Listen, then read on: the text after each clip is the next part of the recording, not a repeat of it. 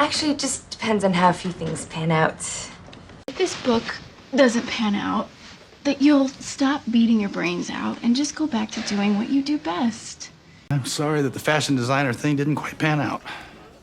Welcome to Talkword, where we explore the meaning, origin, and real-world usage of English words. Let's just jump right in. So, I want you to imagine this playful, completely hypothetical scenario for a second. You generously volunteer to organize a surprise picnic for a friend. At first, the plan looks pretty neat. You've got the park mapped out, the perfect blanket, a sunny afternoon, the whole shebang. But then, reality hits. Fast forward to 1 p.m., and that beautiful, expensive cake begins to melt in the sun. At 1:15 p.m., the guest of honor actually arrives early. No way, right? And by 1:30, you realize every single friend has shown up carrying hummus. Just complete, utter hummus overload. So what do you even do? Well, you hide behind a tree, cross your fingers, and just anxiously wait to see how this whole chaotic surprise develops.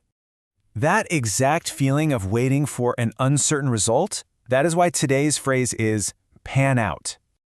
To pan out basically means to develop or end in a particular way, especially when the result was completely uncertain.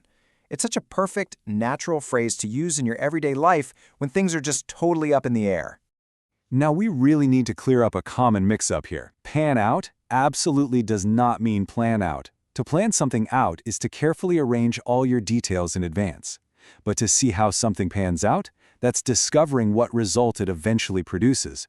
Grammatically speaking, it's usually intransitive, so you don't use it with a direct object. And because it deals with the unknown, you're naturally going to hear native speakers using it in questions, conditionals, and negative sentences all the time. Let's look at how you can actually reuse this in conversation. If you're just waiting for a result, you might simply say, let's see how it pans out. Or let's say you're in a professional context. You can use it conditionally. You might tell your team, if everything pans out, we'll launch next week. And of course, when things don't quite go your way, you can use it in the negative. Things didn't pan out as expected.